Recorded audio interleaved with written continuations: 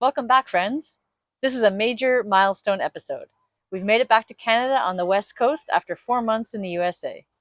This episode, we've got train trestles, we've got sand sculptures. Our friend Ava is going to love this. We've got goats that live on a roof. Stick around, all that and more coming up.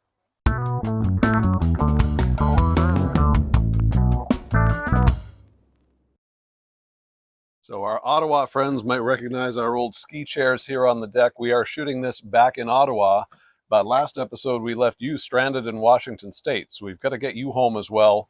We'll start on that this episode. We cover about 570 miles. We've got a couple ferries, one from Washington State to Vancouver Island. We're there for a few days, and then we take a nice arc up and over and down to Kelowna in some of British Columbia's wine country. We started things off in Victoria. We got an early ferry, actually. We had booked later in the day, but managed to get on an early one, so we arrived in time to view the city. We got the bikes out, did a bike tour. We saw a crazy cool art show. We saw some music in the park and, kind of the downtown classic Victoria, the Empress Hotel, all of that. Then we were off to stay with some friends. This was a great time to stay with RJ and Teresa. They were super great hosts. They have a wonderful place on the coast. We got to see seals right from their backyard. And it was just really nice to have some friendly faces and to just hang out with people we haven't seen in a long time. So big thank you for them for letting us stay on their driveway. And we had a great couple of days with them. From there, we headed up to Coombs, which is a pretty touristy area. I remember being there as a kid because I remember the famous goats on the roof of one of the stores up here. So we had to swing back by. Actually, a pretty cool little shop. We got ourselves some souvenirs and then scooted on over to Parksville as well. And in Parksville, we got to take in the annual sand sculpture competition. And this is professionals. These are super well done sand sculptures. As well, the tide was out. We walked on the beach. Nice, cool little town on the coast. From Nanaimo, we took the ferry over to the mainland and headed up to Squamish. Our main goal in Squamish was to do some biking. Some of the stuff in Squamish is pretty advanced and pretty skilled.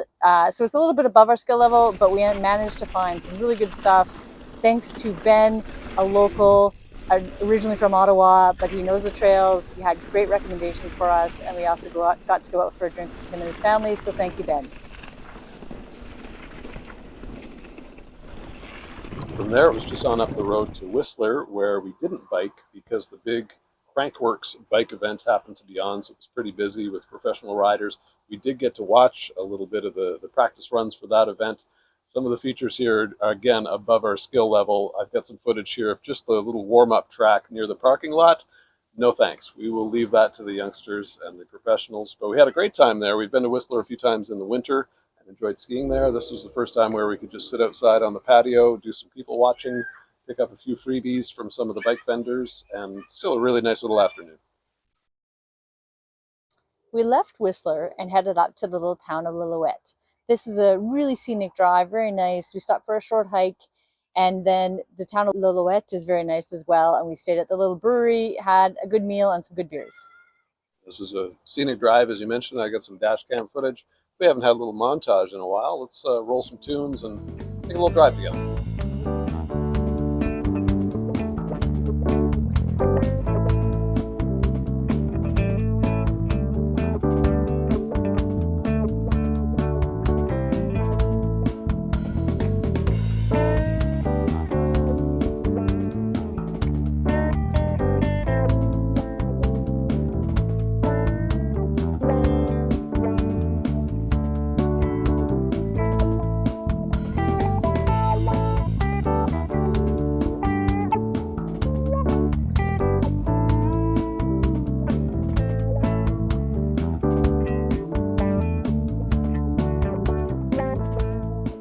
Next up, we stop in Kamloops for a quick overnight. We stay at the Costco, but we do have time to check out the night market, and we also hit a movie. So super fun stopover in Kamloops.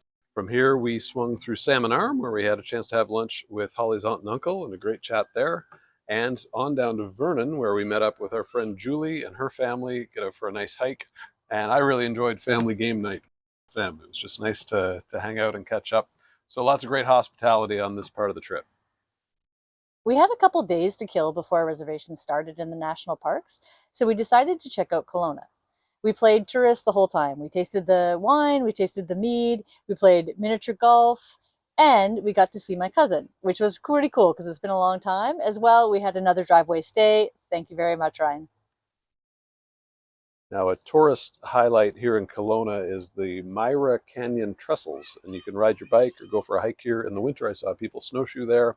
So this is a series of about 18 trestles and a couple of tunnels, but these actually burned in a big fire in 2003, and it was through the work of volunteers and the Park Service. They actually rebuilt these trestles. This was a nice, mellow, smooth bike ride, pretty nice views, and a pretty nice time.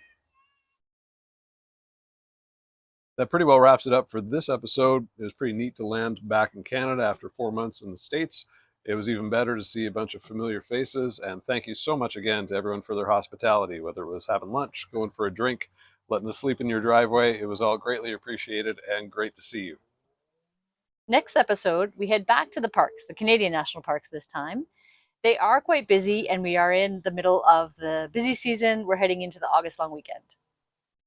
So here we're going to hit Revelstoke, Yoho, and I managed to book Banff on a holiday weekend, which was insane. It just happens to be when we rolled in there. And we did make a go of it. We had a really good time at these three.